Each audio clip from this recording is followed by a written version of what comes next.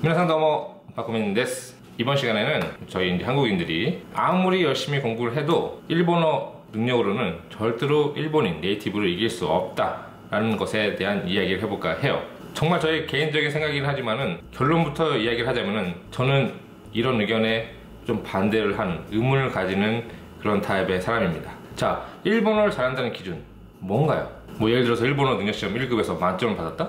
이것이 일본어를 잘하는 건가요? 아니면 일본어를 정말 잘하는 사람들이 하는 일, 예를 들어서 통역사, 번역사, 자 이런 분들은 일본어에서 최고의 스킬을 가지고 있는 건가요? 조금 주제에서 벗어나는 이야기가 될 수도 있지만은 우선 통역과 번역 이 둘 자체도 굉장히 다른 스킬을 필요로 합니다. 예를 들어서 통역 같은 경우에는 빠른 시간 안에 적절한 어휘를 선택하는 순발력이라던가 아니면 어떤 내용에 대해서 그것을 빠르게 요약하는 능력, 그리고 빠른 판단력이라던가 정확도도 중요하지만은 어쩔 때는 어떤 이야기 흐름을 끊지 않고 바로 요약을 해서 전달해야 되는 이런 능력, 여러 가지 능력이 필요하다고 봐요. 예를 들어서 이전에 코난이 한국에 이제 방문을 했던 그런 영상이 있었는데 거기에서 이제 통역이 이렇게 따라다니잖아요. 거기서 코난이 문어인가 낙지인가를 사게 돼요. 그래서 샀는데 그것을 자신의 애완동물을 키우겠다 이렇게 했었는데 어떻게 하다 보니까 이제 수족관에 이제 기증을 하게 됐어요. 수족관의 이제 전문가가 사실은 그 코난이 샀던 문어였는지 낙지였는지 기억이 안 나지만은 그것이 수컷이 아니라 암컷이다 이런 얘기를 해요.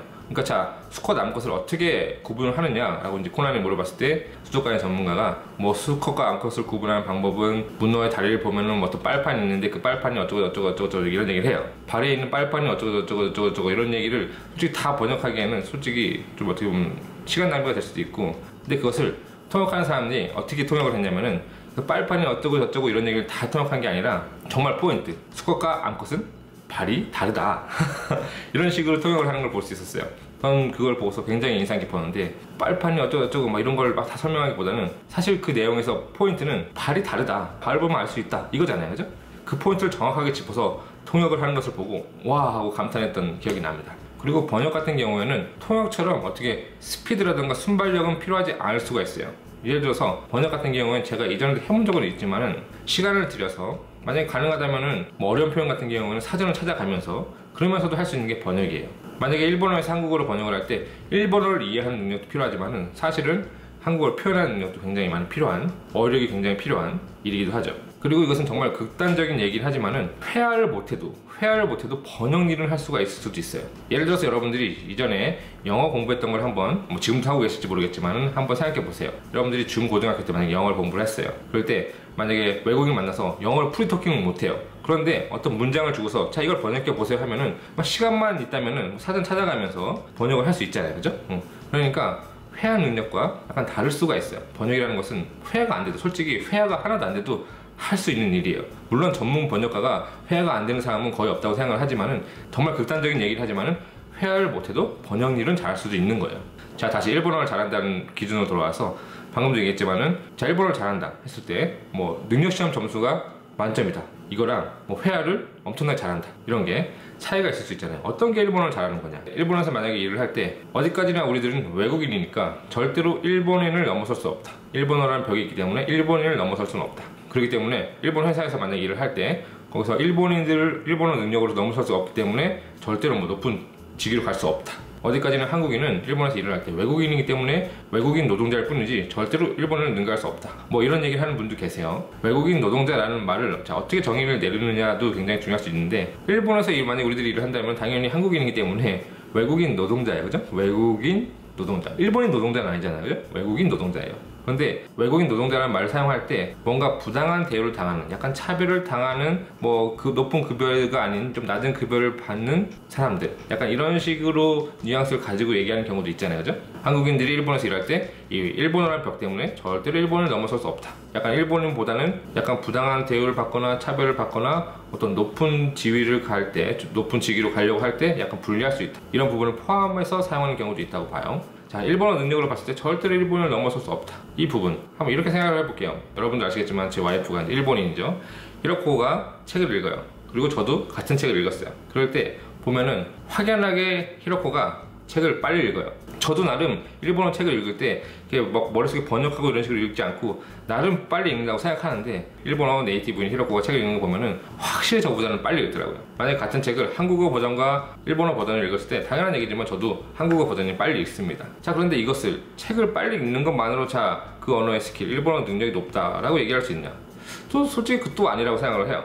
일본어 능력, 자, 그 일본어 능력이라는 기준이 뭔가라는 부분도 있지만은 외국어라는 것이 그 언어를 뭐 단어를 많이 알고 뭐 수어를 많이 알고 이런 부분도 중요하지만은 결국은 커뮤니케이션을 위한 하나의 수단이라고 생각을 해요.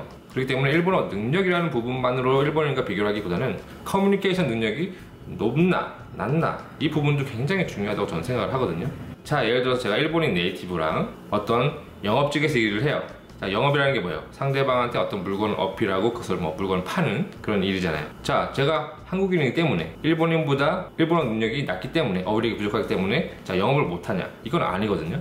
혹은 예를 들어서 길거리에 나가서 일본인 여성한테 말을 걸어서 만약에 전화번호, 연락처를 받는 일을 일본인 남성과 제가 동시에 했다고 했을 때 자, 내가 외국인이기 때문에 일본어 능력이 딸리기 때문에 자, 그걸 못하냐? 이건 또 아니라고 보거든요.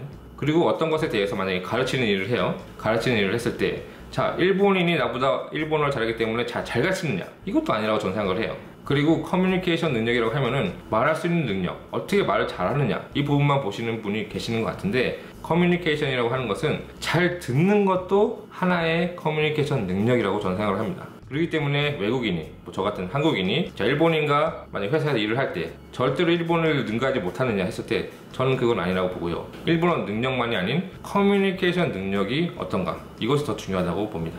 이전에 유튜브 채널을 보다가 어떤 회사를 경영하는 경영자가 사람들이 메일을 주고받잖아요. 그 메일 한 통만 봐도 이 사람이 일을 잘하는지 못하는지를 알 수 있다 이런 얘기를 한 적이 있어서 굉장히 관심 가지고 어떤 내용인지 본 적이 있는데 예를 들어서 회사에서 어떤 회의를 해야 돼요. 어떤 두 사람이 만났는데 회의를 해야 되는데 자, 회의를 하기 위한 일정을 정해야 되잖아요. 그런데 메일을 보내온 사람이 자, 언제 시간이 되세요? 언제 시간이 비어있나요? 라고만 질문을 하는 사람은 일을 잘 못하는 사람이다 라는 얘기를 했어요.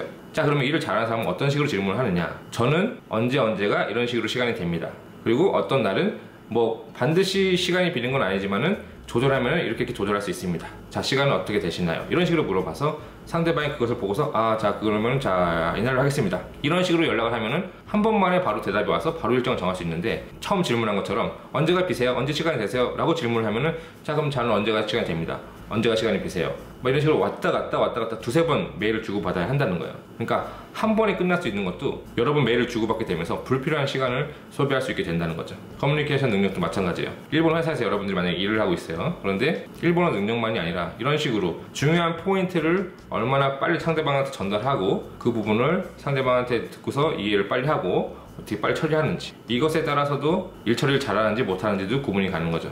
반드시 일본어 능력만 가지고 보는 게 아니에요. 상대방한테 중요한 사항을 어떻게 빨리 전달하고 상대방의 이야기를 어떻게 빨리 이해하는지 이런 부분도 중요하다는 거죠. 단순히 일본어를 잘하고 못하냐 이것이 중요한 게 아니라 어떻게 하면 더 상대방과 정보를 효율적으로 주고받느냐 이런 것이 커뮤니케이션 능력이 높고 일을 잘하는 것이 아닐까요? 단순히 한국 사람이 일본어라는 벽이 있기 때문에 아무리 노력해서 일본어를 공부해도 일본인 네이티브를 절대로 넘을 수 없다. 일본인보다 더 높은 직위로 승진을 하거나 이럴 수는 없다. 어렵다. 라는 거에 대해서 저는 좀 의문을 한번 가져봅니다. 여러분들이 생각하는 일본어를 잘한다. 꼭 일본어만이 아니라 외국어를 잘한다는 기준이 어떤 것인지 한번 듣고 싶네요. 여러분들은 어떻게 생각하시나요? それでは次回お会いしましょう。バイバイ。